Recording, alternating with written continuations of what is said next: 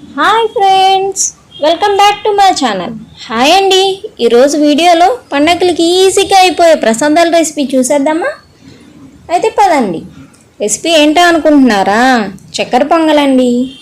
దీనికోసం 1 కప్ రైస్కి 1/2 కప్పు పెసరపప్పు, కొబ్బరి ముక్కలు, 1/2 కప్పు బెల్లం, 1/2 కప్పు పంచదార, బాదం, కిస్మిస్, జీడిపప్పు, చిటికెడంత పచ్చకర్పూరం, నెయ్యి. ఇంకా ప్రాసెస్లోకి వెళ్ళిపోదామా? ముందుగా స్టవ్ మీద ప్యాన్ పెట్టి ప్యాన్ కింద మంట పెట్టండి. పెసరపప్పు దోరగా వేయించండి. దోరగా అంటే మాడిపోవడం అనుకునేరు, జర భద్రం సుమా.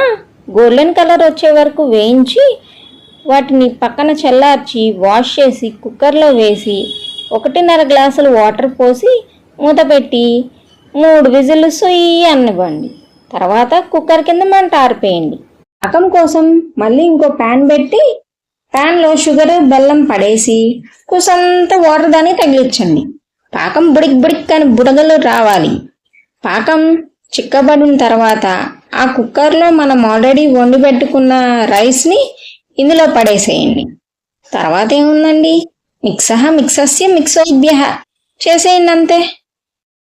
ఇంకో పక్కన స్టవ్ ఖాళీగా ఏముంచుతాంలేండి, రండి డ్రై ఫ్రూట్స్ ఫ్రై చేసుకుందాం.